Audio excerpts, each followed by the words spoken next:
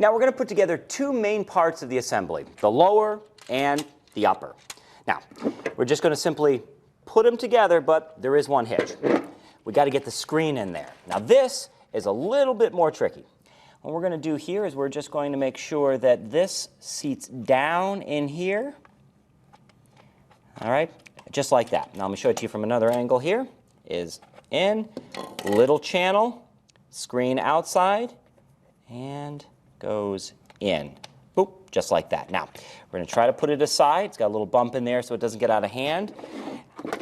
This outer part here, all right, is going to have to fit into this channel out here and this outer part into here. So I'm going to get down and do this. Now also, it's real important to remember that during the motion of putting this together, these things, see this one right here? I can move it. It hasn't clicked into place. Double check that just before you make this maneuver. So you're going to hold it up from the bottom like this.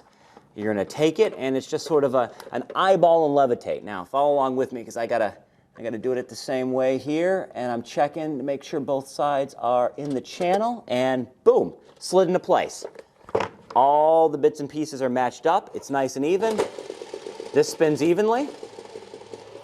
And now we've mated the two parts.